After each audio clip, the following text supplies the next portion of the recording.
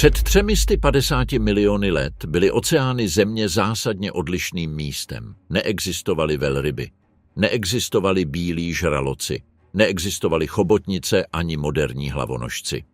To, co obývalo ony dávné vody, byla fauna tak podivná, tak obrovská a tak smrtící, že je obtížné si ji představit z perspektivy dnešního mořského světa. Byli to mořští obři, tvorové, kteří ovládali moře po desítky a v některých případech stovky milionů let a kteří zmizeli, aniž by po sobě zanechali víc než skamenělé kosti, zuby velikosti rukou a řadu otázek, na které paleontologie dosud nedokončila odpovědi. Mořský fosilní záznam je paradoxně jedním z nejbohatších a zároveň jedním z nejneúplnějších. Bohatý proto, že dno oceánu uchovává pozůstatky s pozoruhodnou účinností, zejména v jemných sedimentech, kde je málo kyslíku a rozklad se zpomaluje. Neúplný proto, že většina mořských živočichů nemá mineralizovanou kostru, protože proudy přesouvají a fragmentují kosti a protože obrovské pásy oceánského dna nebyly nikdy systematicky prozkoumány. To, co se ví o monstrech, která obývala dávná moře, pochází z úlomků, izolované obratle, volné zuby. Úlomky lebky objevené v útesech, které byly kdysi pod mořem, ale tyto úlomky promlouvají.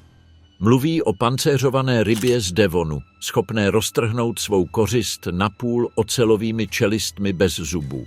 Mluví o jurském mořském plazu, který měřil více než 15 metrů a měl 4 ploutve jako veslové lopatky. Mluví o mosasaurovi z pozdní křídy, který plaval jako had a lovil s účinností torpéda. A mluví především o vymírání, o okamžiku, kdy každá z těchto linií zmizela z planety, některé náhle a jiné postupněji, všechny po sobě zanechaly oceány, které už nikdy nebyly tím, čím bývaly. Jedním z nejvíce zneklidňujících aspektů mořského fosilního záznamu je četnost, s jakou obři vycházejí z linií, které byly dříve skromné velikosti. Předci plesiosaurů byli středně velcí polovodní plazy. Předci mosasaurů byli ještěři velikostí srovnatelní se současnými varany. Předci velryb byli suchozemští savci. V každém případě přechod do mořského prostředí odemkl růstový potenciál, který neměl na souši obdoby, protože voda podpírá tělesnou hmotnost způsoby, které vzduch nedokáže, a protože niky vrcholových predátorů v otevřeném oceánu kladou méně fyzických omezení na maximální velikost než rovnocenné niky na souši. Mořský gigantismus je ve velmi skutečném smyslu logickým důsledkem fyziky vody. Časové období, které odděluje Tyrannosaura od současných lidí 66 milionů let, je kratší než období, které odděluje Tyrannosaura od prvních dinosaurů. Dunkleosteus předchází Tyrannosaura o větší rozpětí, než jaké odděluje Tyrannosaura od současnosti. Ichtyosauři ovládali moře déle, než dinosauři ovládali souš.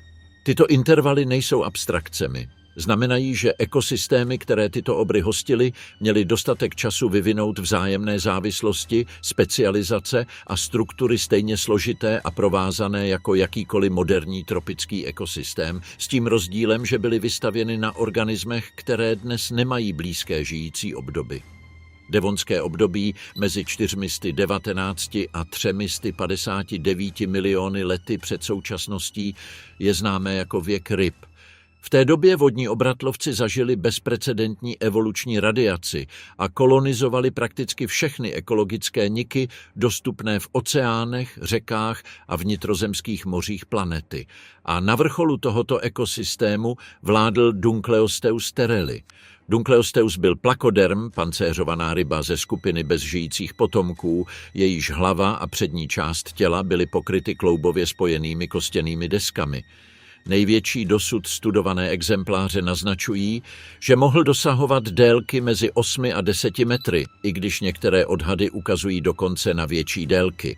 Hmotnost byla u největších dospělých jedinců vypočítána přibližně na 4 tuny, ačkoliv tato čísla zůstávají předmětem debat mezi odborníky, protože jediné zachované fosilie odpovídají pancéřované přední části zvířete. Zadní oblast, tvořená měkkou a chrupavčitou tkání, se nezachovala. Jeho nejcharakterističtější zbraní byly kostěné desky ostré jako čepele, které se při každém kousnutí samoostřily tím, že se o sebe třely.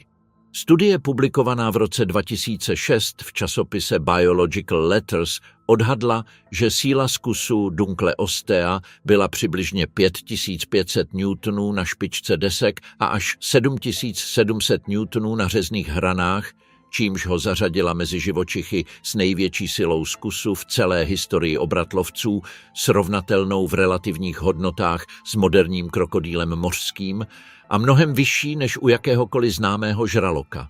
Otevření čelistí probíhalo přibližně za 50 milisekund a vytvářelo sání, které vtahovalo kořist do tlamy dříve, než mohla zareagovat. Koprolity, tedy fosilizované výkaly připisované Dunkleosteovi, obsahují půlkruhové zbytky kostí ryb a jiných plakodermů, což naznačuje, že zvíře vyvrhovalo nestravitelné části své kořisti. Toto chování se pozoruje také u moderních žraloků. Pozoruhodné je, že Dunkleosteus podle všeho přednostně lovil jiné velké plakodermy, včetně jedinců vlastního druhu podle důkazů kostí nalezených se stopami po zkusu slučitelnými s jeho deskami. Nadvláda Dunkleostea skončila masovým vymíráním pozdního devonu, katastrofickou událostí, která odstranila přibližně 75% všech druhů planety. Toto vymírání nenastalo v jediném geologickém okamžiku, ale táhlo se po několik milionů let se dvěma hlavními identifikovanými pulzy, událostí Kelvasser před asi 372 miliony let a událostí Hangenberg před 359 miliony let. První zasáhla zejména tropické útesy a mořské organismy povrchových vod. Druhá byla mnohem obecnější. Příčiny vymírání pozdního devonu zůstávají tématem aktivního výzkumu. Mezi navrhovanými faktory jsou globální ochlazení vyplývající z poklesu hladin atmosférického oxidu uhličitého, oceánská anoxie, způsobená masivním přemnožením řas a sinic, které spotřebovaly rozpuštěný kyslík ve vodě, dopad jednoho nebo několika asteroidů, jejichž krátery se stále studují, a kolonizace souše cévnatými rostlinami, které rozvojem hlubokých kořenů mohly urychlit erozi a tok živin do oceánů, čímž spustili zmíněné řasové květy.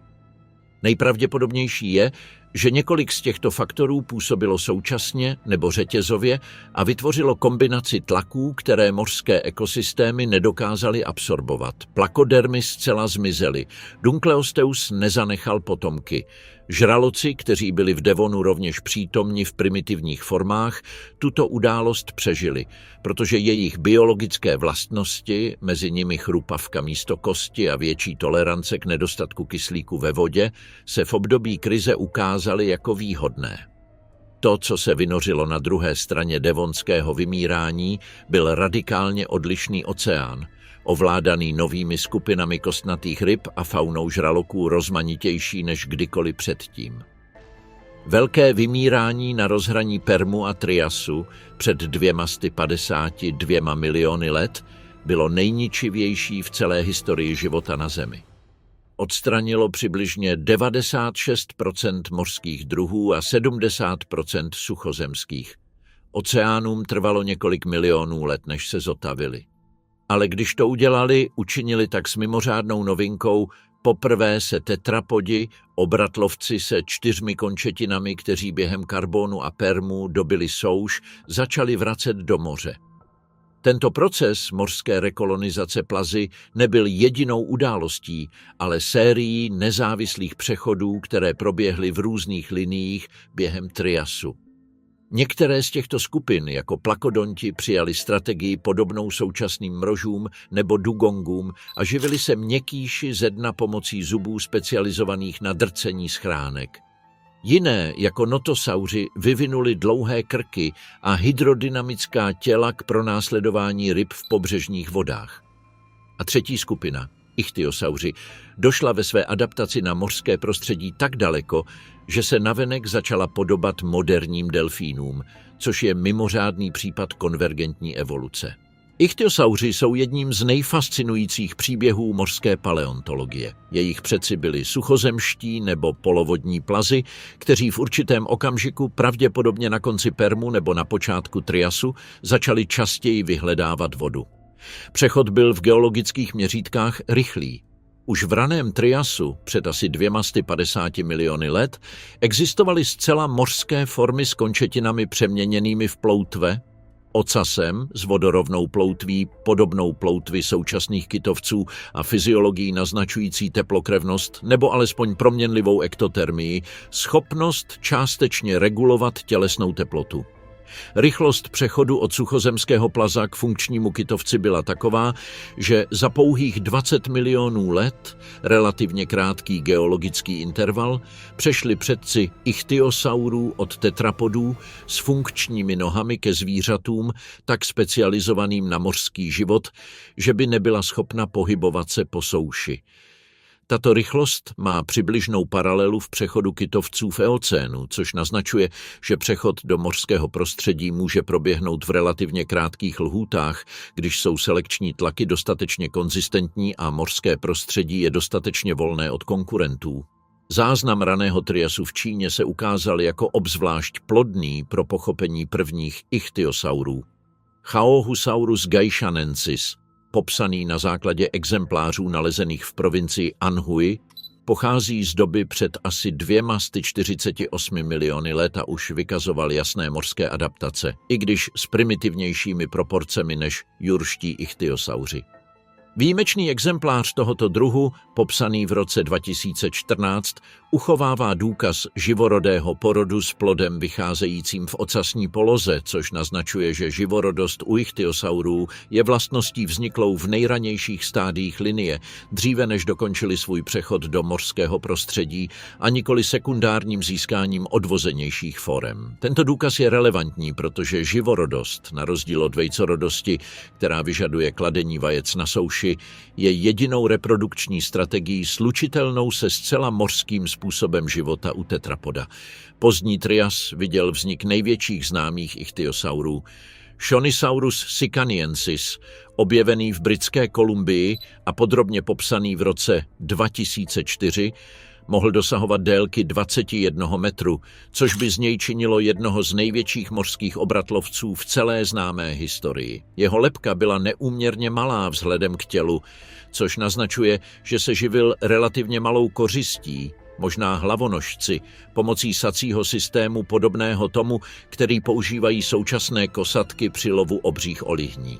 Vymírání na rozhraní Triasu a Jury před přibližně 201 milionem let odstranilo značnou část mořské fauny. Ale ichthyosauři přežili a během Jury pokračovali v diverzifikaci. Právě v tomto období se objevily formy jako Ophthalmosaurus, Ichthyosaurus s velkým okem, u něhož biometrické studie naznačují, že byl schopen potápět se do značných hloubek a lovit za podmínek nízkého osvětlení. Velikost jeho očí s očnicemi o průměru až 23 cm je srovnatelná s velkými současnými hlavonožci a větší než u jakéhokoliv známého obratlovce, žijícího nebo vyhynulého. Ichthyosauři však zdaleka nebyli jedinými obry Jury. Ve stejném období se objevila skupina, kterou si mnoho lidí instinktivně spojuje s pojmem prehistorické mořské monstrum – plesiosauři. Plesiosauři tvoří jednu z nejrozmanitějších a ekologicky nejúspěšnějších skupin druhohorních mořských plazů. Vznikly v pozdním Triasu z předků blízkých notosaurům. Ovládali moře více než 130 milionů let, od pozdního Triasu až do konce křídy. A během této doby vyvinuli mimořádnou morfologickou rozmanitost, kterou vědci v zásadě rozdělují do dvou velkých vzorců. První je vzorec plesiosaurů s dlouhým krkem a malou hlavou, seskupených pod neformálním názvem plesiosauroidi. V této skupině se nacházejí formy jako Elasmosaurus platiurus, popsaný Edwardem Drinkerem Coppem v roce 1868 a proslulý tím, že Cope při počáteční rekonstrukci chybně umístil lebku na konec ocasu, což byla chyba, na kterou upozornil Othniel Charles Marsh v epizodě, která zažehla legendární rivalitu mezi oběma paleontology známou jako války o kosti. Elasmosaurus měl krk dlouhý přibližně 6 metrů, který obsahoval 72 krčních obratlů, což je číslo, které obrovským rozdílem převyšuje počet u jakéhokoliv savce, včetně žirafy. Jejíž krk obsahuje přesně 7 obratlů jako u všech savců. Funkce dlouhého krku u plesiosaurů je debatou, která není zcela uzavřena. Nejvíce přijímaná interpretace naznačuje, že používali krk k číhání na ryby a hlavonožce ze spodu, vynořovali se z hlubin rychlým pohybem dříve, než kořist zjistila jejich přítomnost. Biomechanické studie publikované v posledních letech prokázaly, že krk elasmosauridů byl ve většině rovin relativně tuhý, s malou schopností vytvářet velká dorzální zakřivení, která populární rekonstrukce ukazovaly po desetiletí. Krk se mohl pohybovat s větší volností do stran a dolů než nahoru, což posiluje hypotézu lovu ze spodu.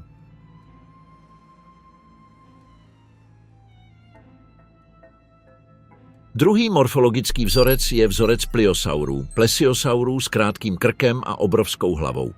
Do této skupiny patří největší predátoři, kteří brázdili moře druhohor. Kronosaurus queenslandicus z Austrálie měl lebku přibližně 2,5 metru dlouhou, která představovala téměř třetinu celkové délky zvířete. Pliosaurus kevani, objevený v Dorsetu v roce 2003 a vědecky popsaný v roce 2013, měl lebku dlouhou více než 2 metry s kuželovitými zuby až 30 cm dlouhými a odhaduje se, že celé zvíře mohlo dosahovat 12 nebo 13 metrů. Největší ze všech známých pliosaurů je tzv. Predator X, vědecky označovaný jako Pliosaurus funkei, objevený na Špicberkách v roce 2006 a formálně popsaný v roce 2012 Espenem Knudsenem a spolupracovníky. Pozůstatky zahrnují fragmenty lebky, které umožňují odhadnout délku lebky na přibližně 2 metry. A porovnáním s lépe známými exempláři byla vypočtena tělesná délka mezi 10 a 13 metry. Odhadovaná síla zkusu tohoto zvířete v některých rekonstrukcích přesahuje 200 000 newtonů, ačkoliv tato čísla jsou ze své podstaty nejistá vzhledem k fragmentární povaze záznamu. Nepochybné je, že Pliosaurus funkei stál na absolutním vrcholu potravního řetězce pozdní arktické jury. Plesiosauři s dlouhým krkem používali k pohonu 4 velké asymetrické ploutve místo ocasu, což je systém pohybu bez obdoby v moderním zvířecím světě. Nedávné výzkumy modelovaly hydrodynamiku tohoto systému a dospěli k závěru, že byl překvapivě účinný a umožňoval těmto zvířatům hbitě plavat ve 3 rozměrech, podobně jako to dělají moderní tučňáci, ale v nesmírně větším měřítku. Zadní ploutve nebyly pouze kormidlem, nýbrž aktivně přispívaly k pohonu ve fázích střídajících se s předními. Poslední plesiosauři a pliosauři žili v pozdní křídě a jejich vyhynutí nastalo společně s vyhynutím neptačích dinosaurů na konci tohoto období před 66 miliony let. Ale než došlo k této konečné události, moře křídy viděla vzniknout další skupinu obrů, která všechny předchozí překonala v mořské adaptaci – mosasaury. Mosasauři jsou šupinatí plazy, blízcí příbuzní dnešních varanů a podle většiny moderních filogenetických analýz pravděpodobně také hadů.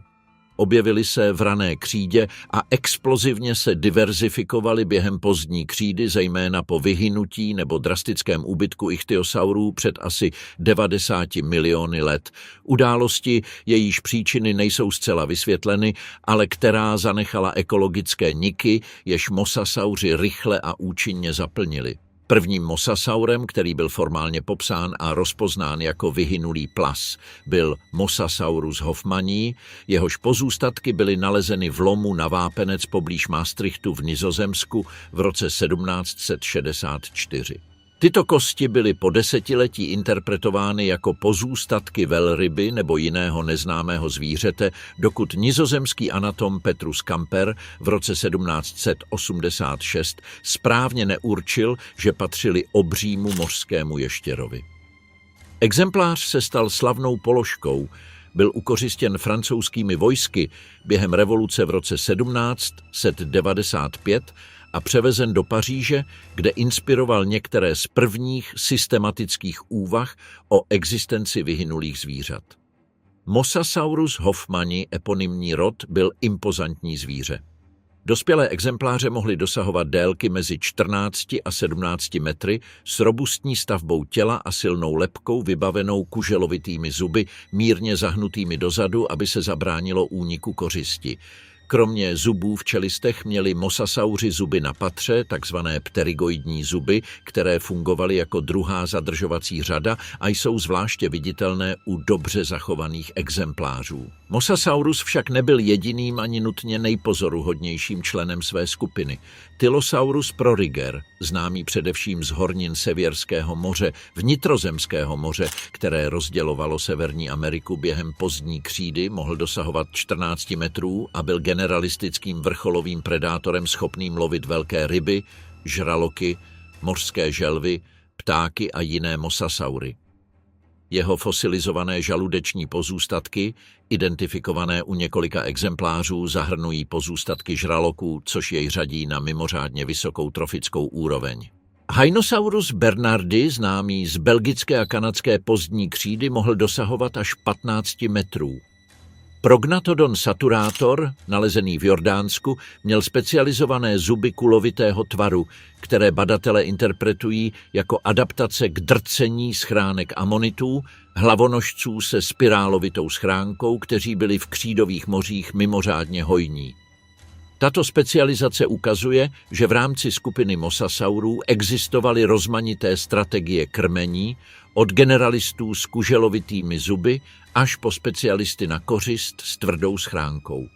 Mosasauři plavali jinak než plesiosauři. Místo systému 4 ploutví poháněli své tělo bočními vlnivými pohyby ocasu, který končil asymetrickou ocasní ploutví podobnou ploutvi dnešních žraloků, což je rys, který nebyl znám, dokud výjimečně zachované exempláře Platecarpus tympaniticus neodhalily siluetu měkké tkáně. Přední a zadní končetiny se přeměnily spíše v navigační než pohonné ploutve, používané ke kormidlování a kontrole směru. Smyslová biologie mosasaurů byla v posledním desetiletí předmětem aktivního výzkumu. Analýzy morfologie vnitřního ucha u dobře zachovaných exemplářů naznačují, že někteří mosasauři měli rozvinuté sluchové schopnosti jak ve vzduchu, tak pod vodou, což by naznačovalo chování zahrnující alespoň určitou aktivitu na hladině nebo na rozhraní voda-vzduch. Oči mosasaurů, jako byl Tylosaurus, vykazují důkazy o dobře vyvinutém kostěném sklerotickém prstenci, struktuře, která zpevňuje oko u obratlovců a jejíž relativní velikost u moderních zvířat koreluje se schopností vidění za podmínek nízké světelnosti. To naznačuje, že alespoň někteří mosasauři byli schopni lovit za slabého světla, buď v hlubokých vodách během dne nebo v šeré zóně. Pozdní křída byla obdobím největší rozmanitosti a hojnosti mosasaurů, ale zároveň byla paradoxně i obdobím jejich vyhynutí. Dopad asteroidu Chicxulub před 66 miliony let náhle ukončil existenci všech mosasaurů bez výjimky. V sedimentech paleocénu neexistuje žádný záznam o žádném mosasaurovi. Tento přechod je jednou z nejostřejších hranic v celém mořském fosilním záznamu. Hranice křída paleogen, známá podle latinských iniciál jako hranice K-PG a dříve označovaná jako K-T, představuje jeden z nejvíce studovaných okamžiků v celé historii Země. Označuje vyhynutí přibližně 75% všech druhů na planetě, včetně všech neptačích dinosaurů, všech mosasaurů, všech pterosaurů a velké většiny velkých mořských plazů.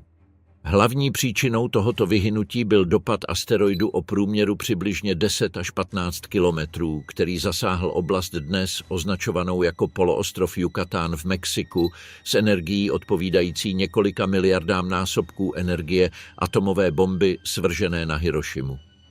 Výsledný kráter Chicxulub, má průměr 180 kilometrů a byl definitivně určen jako příčina vyhynutí na základě konvergence důkazů shromažďovaných od publikace práce Louise a Waltera Alvarezových, Franka Asara a Helen Michelové v roce 1980, která zjistila celosvětovou anomálii v hladině iridia právě na hranici KPG, kovu mimořádně vzácného v zemské kůře, ale hojného v mimozemských tělesech.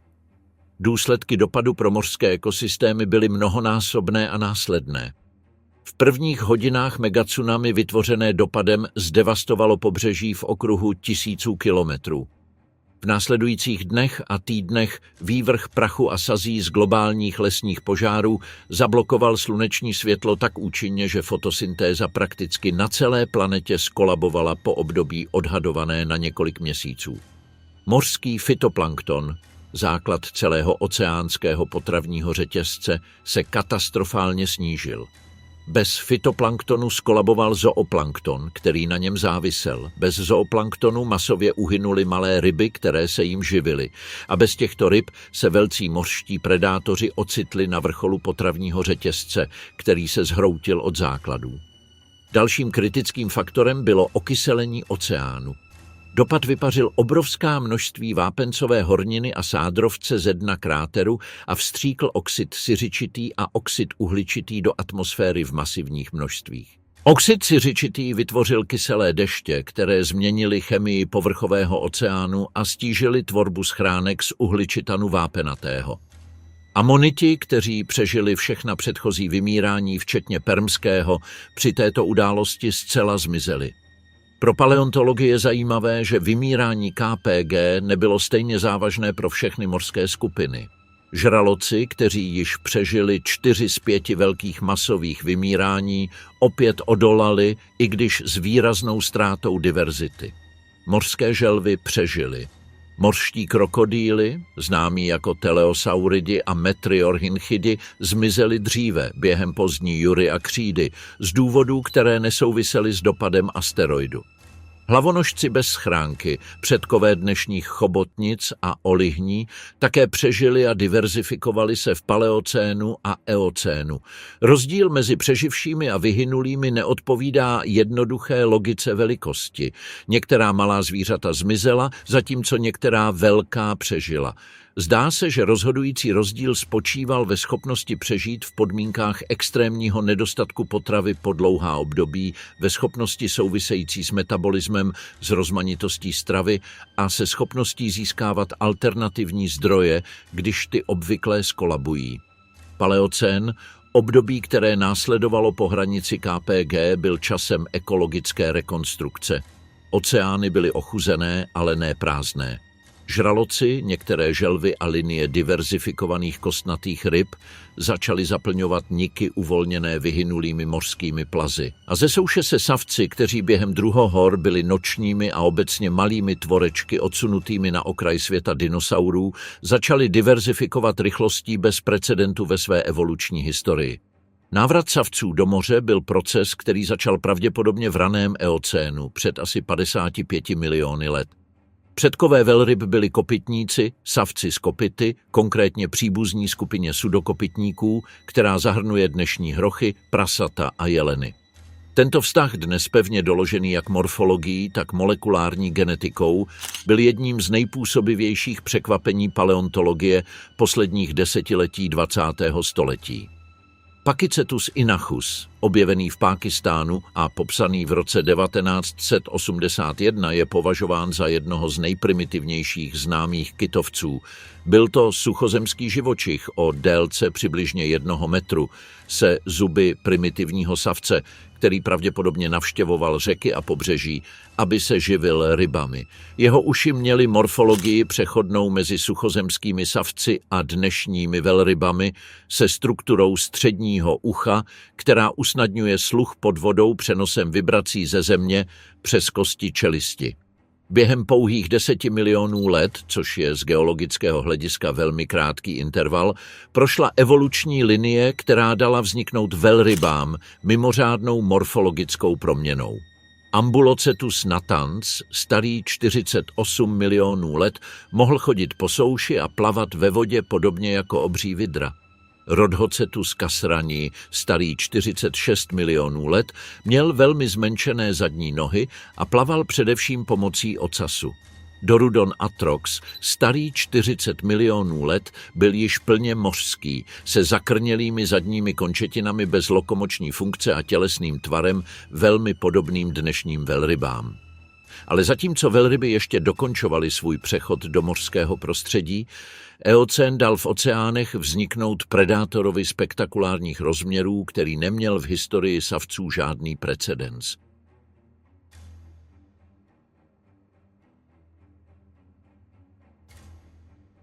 Basilosaurus isis. Basilosaurus, jehož jméno znamená královský ještěr, byl takto pojmenován, když byl objeven v 19. století, protože se mylně věřilo, že jde o plaza.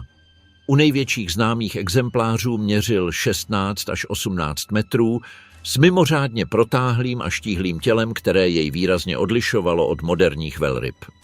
Jeho zuby byly dvou typů, přední kuželovité k zachycení kořisti a zadní dvouhroté s řeznými okraji k řezání masa, což naznačuje pestrou stravu zahrnující ryby a jiné menší kytovce. Analýzy izotopů v zubech Basilosaura ukazují, že byli vrcholovými predátory živícími se na nejvyšších úrovních potravního řetězce mořského eocénu.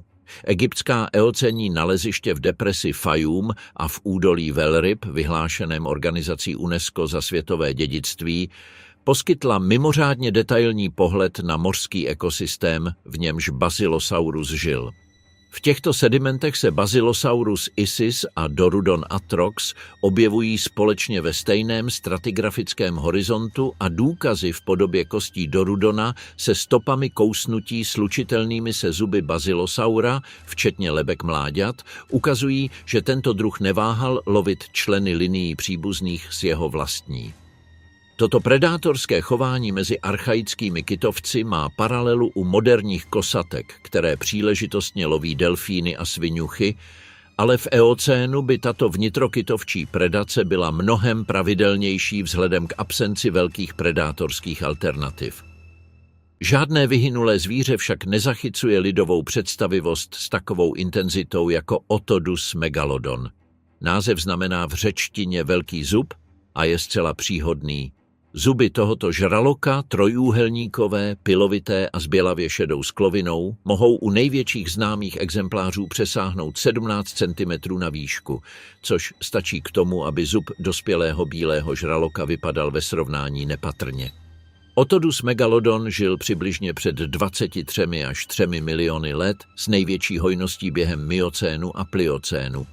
Jeho systematická historie je složitá. Po desetiletí byl řazen do rodu Carcharodon společně s moderním bílým žralokem, ale morfologické a filogenetické analýzy posledních 20 let jej umisťují do samostatné evoluční linie v rámci skupiny Otodontidae, bez přímého příbuzenského vztahu s bílým žralokem, nýbrž jako výsledek evoluční konvergence v morfologii zubů.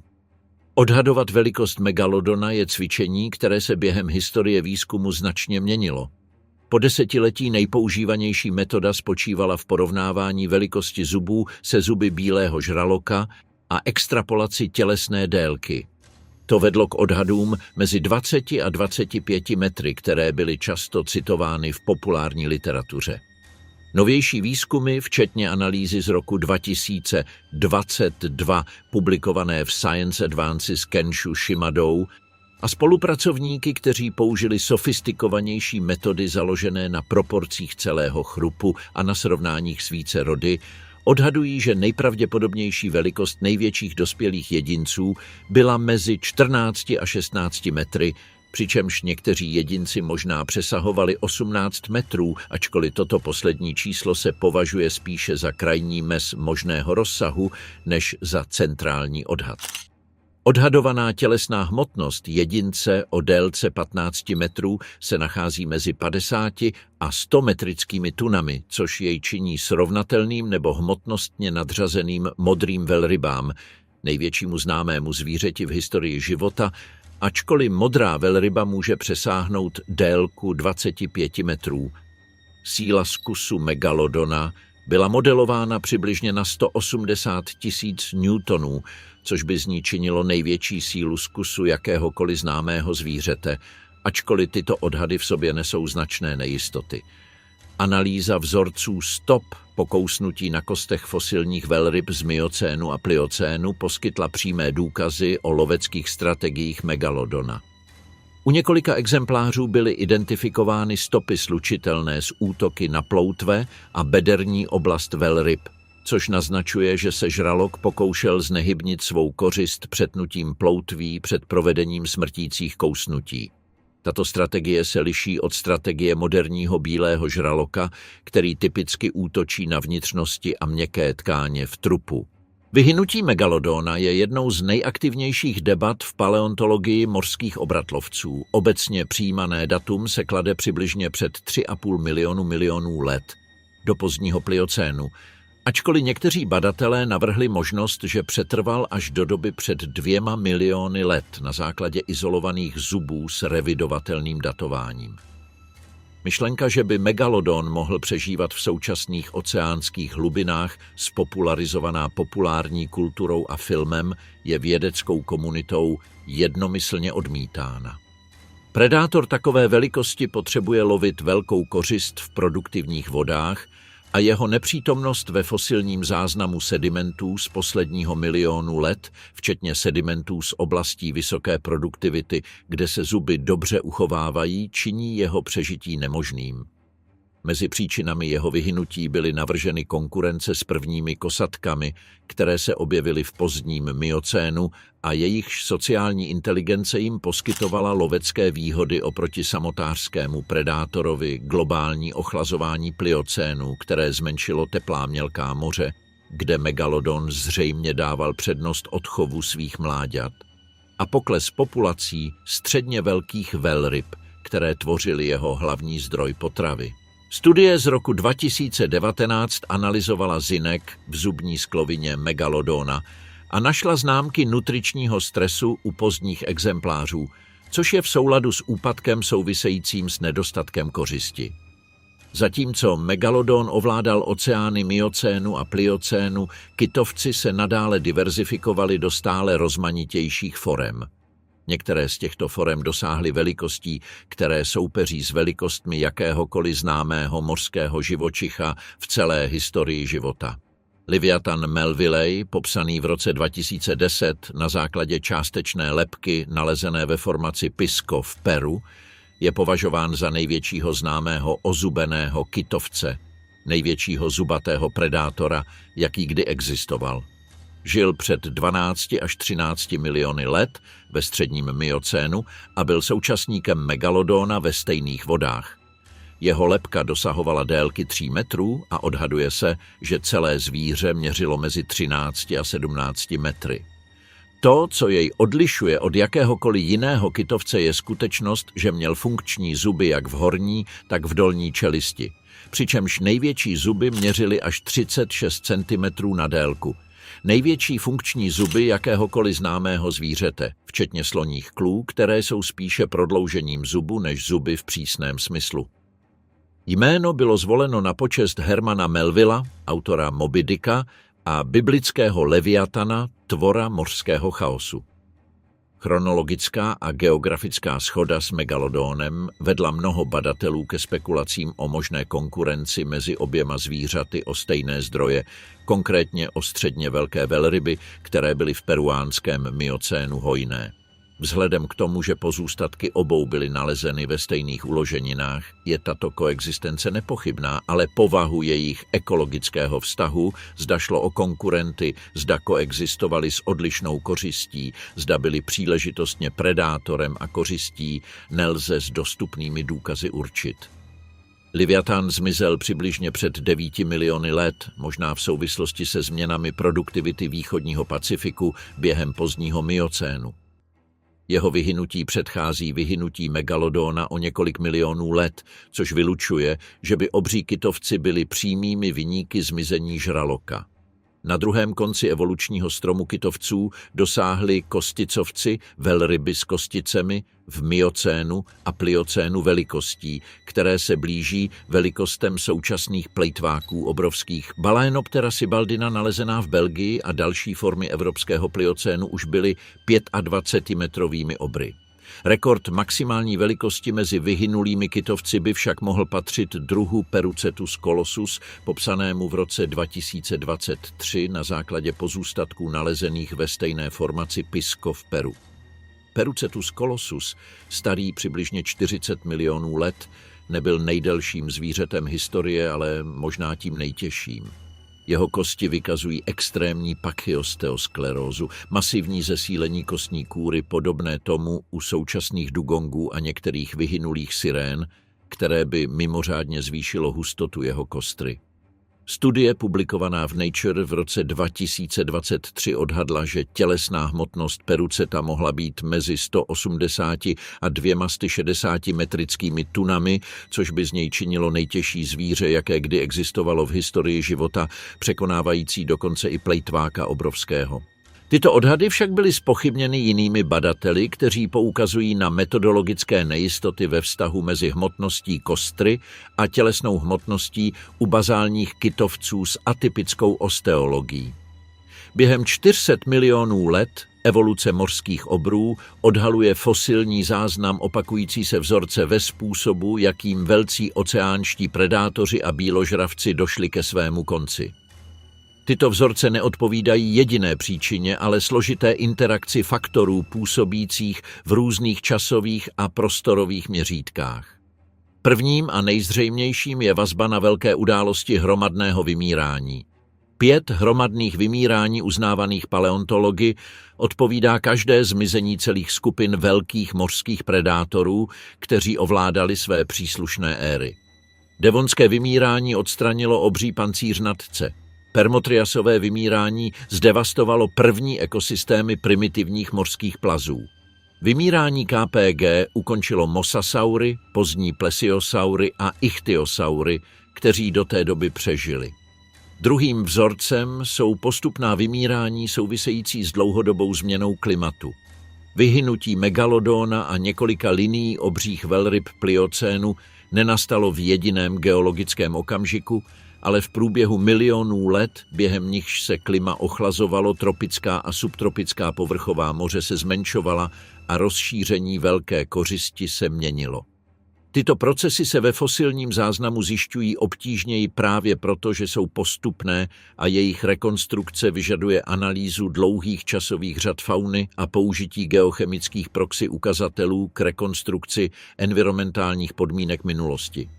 Třetím vzorcem, spekulativnějším, ale se vzrůstající empirickou podporou, je konkurence mezi liniemi s podobnými strategiemi.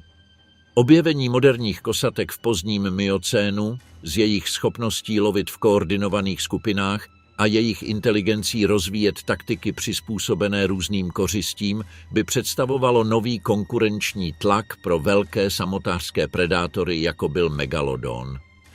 Tato hypotéza neznamená, že kosatky přímo zabíjely dospělé megalodony, ale že by byly lepší v lovu středně velkých velryb, které tvořily potravní základ žraloka. Čtvrtým faktorem, kterému byla v nedávné literatuře věnována rostoucí pozornost, je role reprodukční a vývojové dynamiky ve zranitelnosti obřích druhů. Velká zvířata mají obecně nízkou reprodukční míru, dlouhá období březosti a vývoje mláďat a nízkou behaviorální flexibilitu vůči rychlým změnám prostředí. To je činí vnitřně zranitelnějšími vůči narušením, která snižují přežití mláďat nebo dostupnost kořisti pro dospělé v obdobích stresu. Izotopové studie zubů megalodona naznačily, že novorozenci a mláďata vyrůstali ve specifických pobřežních oblastech, v teplých a mělkých vodách bohatých na zdroje, v oblastech, které by byly zvláště zranitelné vůči ochlazení pliocénu. Čtvrtým faktorem, kterému byla v nedávné literatuře věnována rostoucí pozornost, je role reprodukční a vývojové dynamiky ve zranitelnosti obřích druhů. Velká zvířata mají obecně nízkou reprodukční míru, dlouhá období březosti a vývoje mláďat a nízkou behaviorální flexibilitu vůči rychlým změnám prostředí. To je činí vnitřně zranitelnějšími vůči narušením, která snižují přežití mláďat nebo dostupnost kořisti pro dospělé v obdobích stresu. Izotopové studie zubů megalodona naznačily, že novorozenci a mláďata vyrůstali ve specifických pobřežních oblastech, v teplých a mělkých vodách bohatých na zdroje, v oblastech, které by byly zvláště zranitelné vůči ochlazení pliocénu. Pátým faktorem, často podceňovaným, je fragmentace biotopu způsobená změnami v konfiguraci oceánských pánví. Během druhohor progresivní oddělování kontinentů od Pangei vytvářelo a odstraňovalo vnitrozemská moře a oceánské koridory, které určovaly, které druhy mohly kolonizovat které regiony.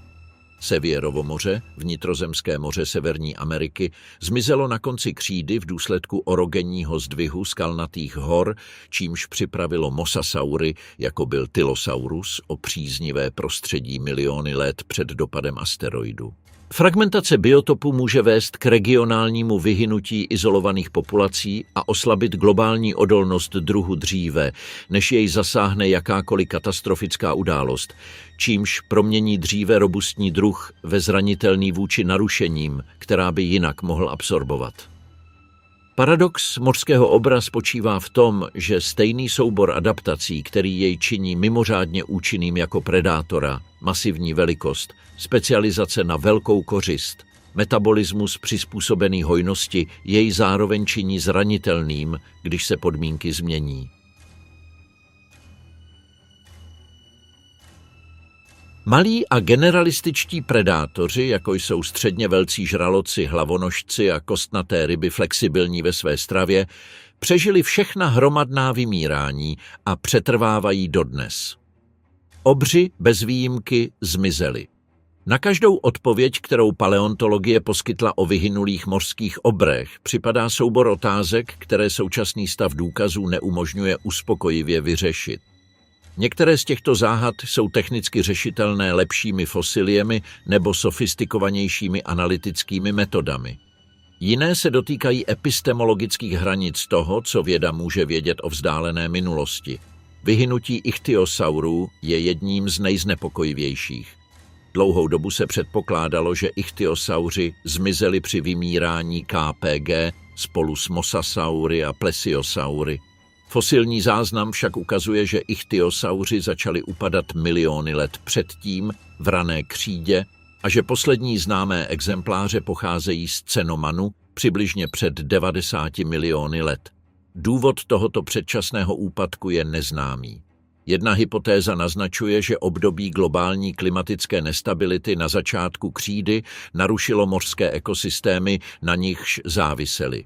Jiná poukazuje na konkurenci s prvními mosasaury, kteří se začali diverzifikovat právě tehdy, když ichtyosauři upadali. Žádné z těchto vysvětlení však nebylo přesvědčivě ověřeno. Vyhynutí velkých pliosaurů na konci žury je stejně záhadné. Pliosaurus a jeho příbuzní zmizeli při přechodu mezi jurou a křídou, aniž by na této hranici existovala jasně definovaná událost vymírání. Hranice jura-křída není jednou z 5 velkých událostí hromadného vymírání a přesto ji několik linií velkých mořských predátorů překročilo a na druhé straně se již neobjevilo. Jednou možností je, že změny v konfiguraci epikontinentálních moří, důsledek aktivní deskové tektoniky v tomto období, rozčlenily lovecké biotopy pliosaurů na oblasti příliš malé na udržení životaschopných populací. Fyziologie velkých mořských plazů je další oblastí nejistoty. To, že ichtyosauři měli nějakou formu endotermie nebo alespoň gigantotermie, schopnost udržovat stabilní tělesné teploty díky své velké hmotnosti, je podpořeno izotopovými analýzami kyslíku v jejich zubech publikovanými v Nature v roce 2020, které ukazují tělesné teploty podobné teplotám moderních kytovců. Zda však mosasauři a plesiosauři měli podobné metabolismy, je stále diskutovaná otázka. Přítomnost rychle rostoucí kostní tkáně u několika plesiosaurů naznačuje zvýšené metabolismy, ale extrapolace na skutečné metabolické rychlosti je metodologicky složitá. Sociální chování těchto zvířat je další záhadou. Existují důkazy, že někteří pliosauři mohli žít ve skupinách, založené na nálezech několika jedinců ve stejném ložisku, ale rozlišit skupinovou smrt od posmrtné akumulace způsobené proudy nebo zanesením při povodni vyžaduje velmi podrobnou tafonomickou analýzu, která nebyla vždy provedena s potřebnou přísností. Zda byl megalodon samotářským lovcem, nebo zda měl určitý stupeň sociálního chování, není známo. Srovnání se současným žralokem bílým, který se může shromažďovat v oblastech krmení, aniž by aktivně koordinoval lovy, nabízí možnou, ale neověřitelnou analogii. Barvy, kožní vzory, námluvní chování, komunikační struktury a velká část behaviorální biologie všech těchto zvířat jsou z principu neobnovitelné. DNA se ve fosilích starých desítky milionů let neuchovává. Proteinomika začala nabízet informace o starých proteinech v některých fosilích z druhohor, ale limity zachování biomolekul v mořském prostředí jsou obecně přísnější než v suchých prostředích nebo prostředích vysokého tlaku. To, co o těchto zvířatech víme, je v konečném důsledku geometrie jejich kostí a chemické vzorce jejich mineralizovaných tkání. Všechno ostatní je inference. Existuje však jedna kategorie důkazů, která proměňuje způsob, jakým se studuje ekologie těchto zvířat. Analýzy kompletních fosilních společenstev v nalezištích s vysokou kvalitou zachování, nazývaných Konzervatlagerstätten.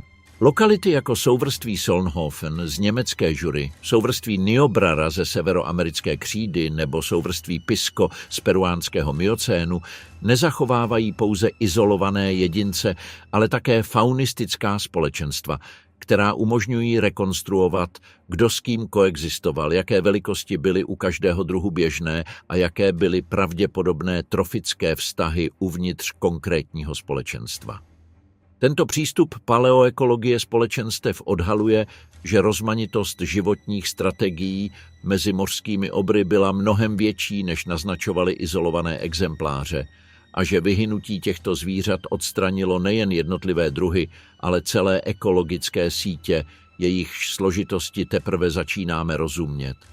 Zmizení velkých predátorů a mořských megabíložravců není jen ztrátou biodiverzity v taxonomickém smyslu, je to hluboká funkční reorganizace oceánských ekosystémů. Moderní ekologie vyvinula koncept trofických kaskád, aby popsala, jak se odstranění vyšších úrovní potravního řetězce šíří směrem dolů z důsledky, které jsou často kontraintuitivní a značného rozsahu. Nejstudovanějším případem v moderním severním Pacifiku je případ mořských vyder a mořských ježků. V nepřítomnosti vyder, které byly během 19. století loveny až na pokraj vyhynutí, populace ježků prudce vzrostly a spotřebovaly kelpové lesy, dokud je neproměnily v podmořské pouště. Reintrodukce vyder v některých oblastech umožnila obnovu kelpů a s nimi i celého společenstva ryb, bezobratlých a ptáků, které na těchto lesích záviselo. Tento příklad ukazuje, jak zdánlivě sekundární predátor může být klíčovým druhem, jehož odstranění radikálně promění ekosystém. V miocénu by vyhynutí megalodona a obřích dravých kytovců, jako byl Liviatan, zanechalo prázdné místo v regulaci populací středně velkých velryb. Evoluční odpovědí na toto prázdné místo mohla být právě proliferace a gigantismus u kosticových velryb. Někteří badatelé navrhli, že plejtvák obrovský a další moderní obří velryby by v přítomnosti megalodona nedosáhly svých současných velikostí, protože ten by udržoval populace velryb ve velikostech, při nichž se lov vyplácel. Bez predátorského tlaku obřího žraloka mohla selekce směrem ke gigantismu u velryb, která poskytuje výhody v efektivitě plavání a v termoregulaci ve studených vodách, působit bez omezení. Tento argument není bez složitosti. Teoretické modely dynamiky predátor-kořist naznačují, že predátor jako megalodon s vysokým metabolismem a masivními kalorickými potřebami by musel udržovat relativně vysoké hustoty kořisti, aby udržel životaschopné populace. Pokud je kořisti příliš málo, predátor se nemůže udržet. Pokud je jí příliš mnoho, predátor prosperuje, ale zároveň vyvíjí selekční tlak, který zvýhodňuje větší, rychlejší nebo obtížněji ulovitelné kořisti.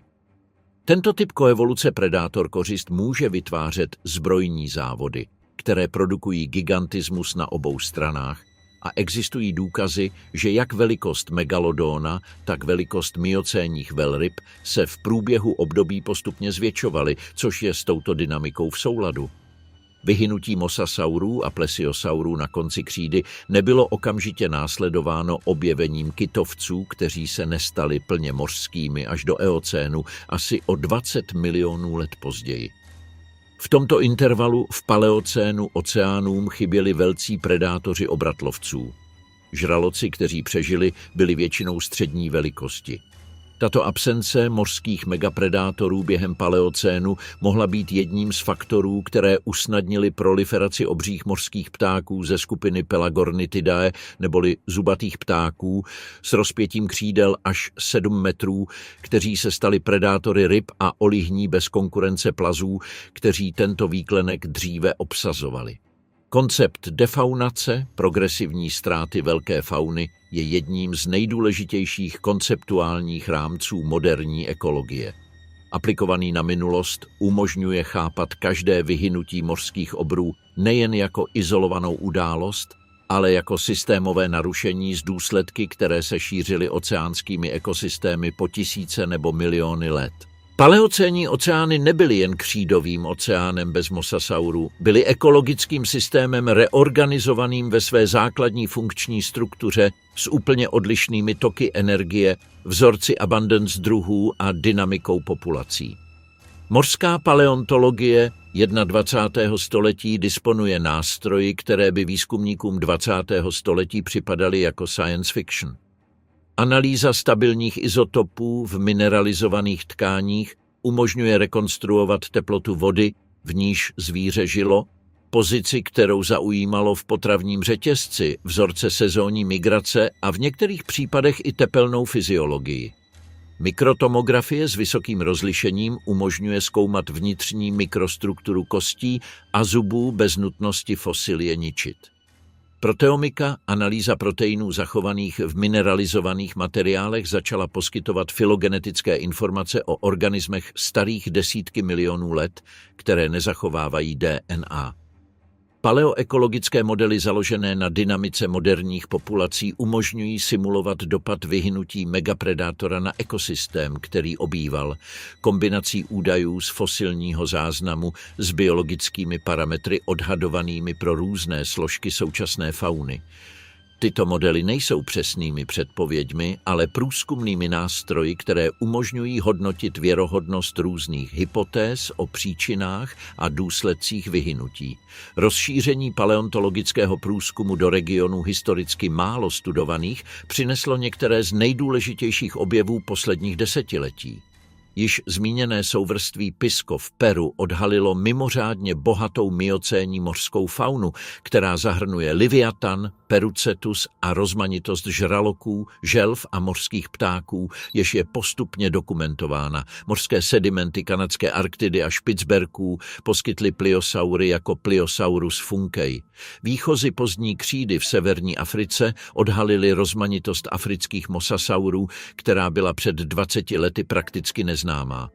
Používání umělé inteligence a strojového učení k analýze obrazů fosilií a k modelování tělesných forem na základě fragmentárních pozůstatků začíná měnit způsob, jakým paleontologové pracují s neúplným materiálem. Algoritmy trénované na morfologii moderních druhů mohou vytvářet rekonstrukce nezachovaných tělesných částí vyhynulých organismů se stupněm statistické přísnosti, který tradiční metody nemohly poskytnout. Genomika moderních organismů také poskytuje nepřímé informace o minulosti. Analýza rychlosti genetické divergence mezi současnými liniemi umožňuje odhadnout, kdy se jejich předkové oddělili, což poskytuje časové kalibrace pro filogenetické stromy a umožňuje přesněji zasadit vztahy mezi vyhynulými a žijícími skupinami. Studie paleogenomiky u moderních velryb odhalily změny v genech souvisejících s čichem, podvodním viděním a osmoregulací, které odrážejí různé fáze přechodu ze suchozemského života k mořskému. Jednou z nejaktivnějších oblastí současnosti je analýza izotopové ekologie megalodona. V roce 2022 byly v Nature Communications publikovány výsledky analýz zinku v zubní sklovině, které umístily megalodona na nejvyšší trofickou úroveň dosud měřenou ve fosilním záznamu žraloků, vyšší dokonce než u moderního žraloka bílého, což naznačuje, že se živil spíše kytovci druhé nebo třetí trofické úrovně než přímo rybami. Tato informace má důležité důsledky pro pochopení, proč by pokles středně velkých velryb v pliocénu měl tak závažný dopad na populace tohoto žraloka. Pokud se hledá příklad vyhynutí, který úplně ilustruje všechny faktory, jež se mohou zbíhat k odstranění mořského obra, vyhynutí megalodona poskytuje nejlépe zdokumentovaný a nejdiskutovanější případ. Ne proto, že by bylo nejstarší ani nejdramatičtější, ale protože je nejnovější, nejlépe prostudované a umožňuje integrovat data s vyšším časovým a geochemickým rozlišením. Přibližně před 4 miliony let, na počátku pliocénu, začalo globální klima období postupného ochlazování, které vyvrcholilo pleistocénními glaciacemi. Toto ochlazení bylo spojeno s uzavřením panamské šíje, dokončeným přibližně před 3,5 milionů let, které přerušilo výměnu povrchových vod mezi Atlantikem a Pacifikem a změnilo vzorce globální oceánské cirkulace, včetně zesílení golfského proudu a začátku arktického zalednění.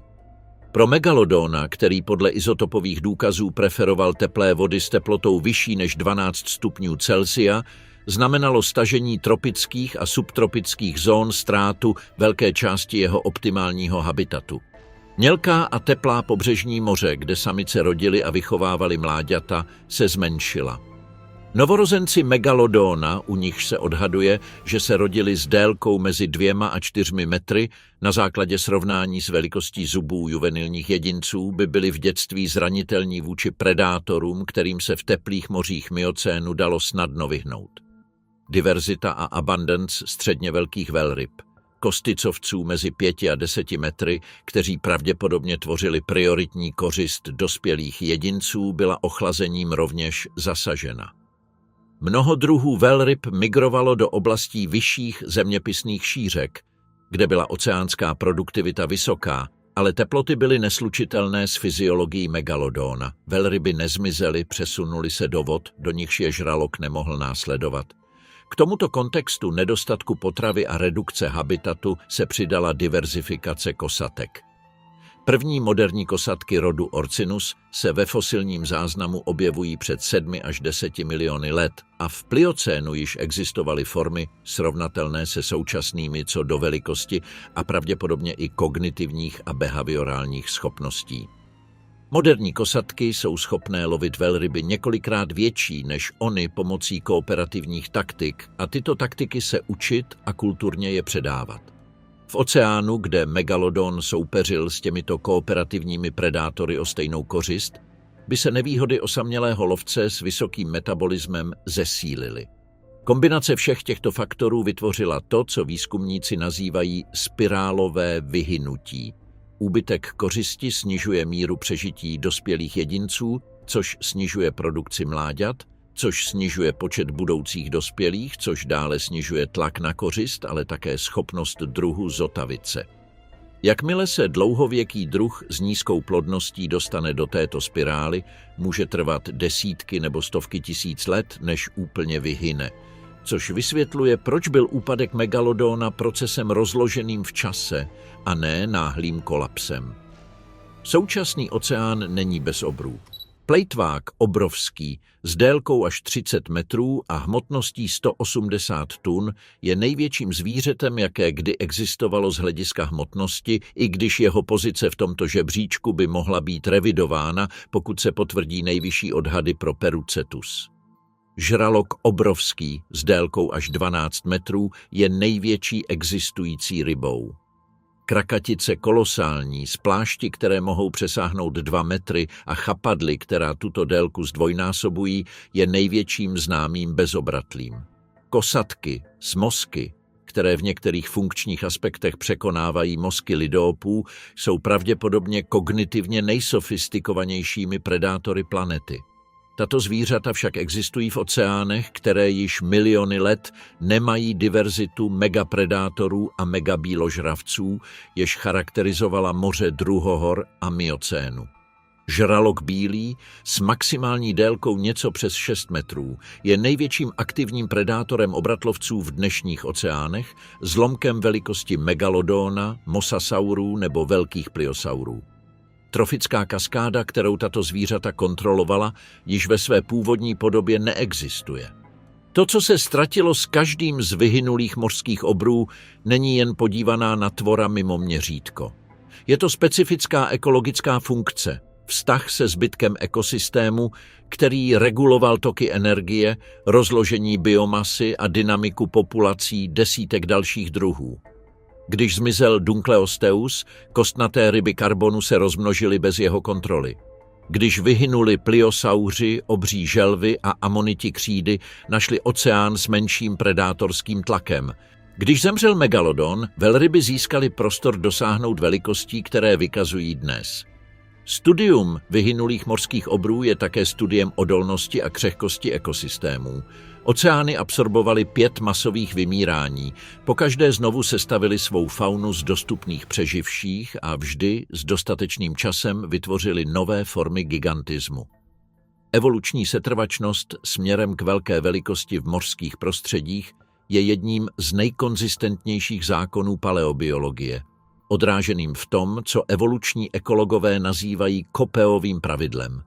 Historickou tendencí živočišných linií vyvíjet se v průběhu času směrem k rostoucím tělesným velikostem. Rychlost, s níž v současnosti dochází ke ztrátě mořské biodiverzity, však nemá v geologickém záznamu obdoby kromě velkých událostí masového vymírání. Doba zotavení po těchto vymíráních činila několik milionů let. Noví obři, kteří z každého z nich vzešli, tak učinili v oceánech, které měly miliony let na reorganizaci. Současná rychlost změn je jiného řádu velikosti a otázka, co se vynoří na druhé straně tohoto období tlaku, nemá ve fosilním záznamu odpověď, protože žádné předchozí vymírání nemělo stejné charakteristiky z hlediska rychlosti současného geografického rozsahu a povahy tlaků. To, co mořský fosilní záznam poskytuje, je časová perspektiva, kterou žádný jiný zdroj poznání nabídnout nemůže. Jistota, že oceány byly opakovaně místy radikálně odlišnými od toho, čím jsou dnes. Že tvorové těžko představitelného měřítka ovládali tyto vody po miliony let a bez výjimky zmizely. Někteří náhle, jiní pomalu, všichni po sobě zanechali jen dostatek fragmentů k rekonstrukci stínu toho, čím byli. A že v každém z těchto případů vyhynutí nebylo koncem oceánu, ale začátkem jiného oceánu, s novými pravidly, novými vládci a novými záhadami čekajícími na objevení v sedimentech mořského dna.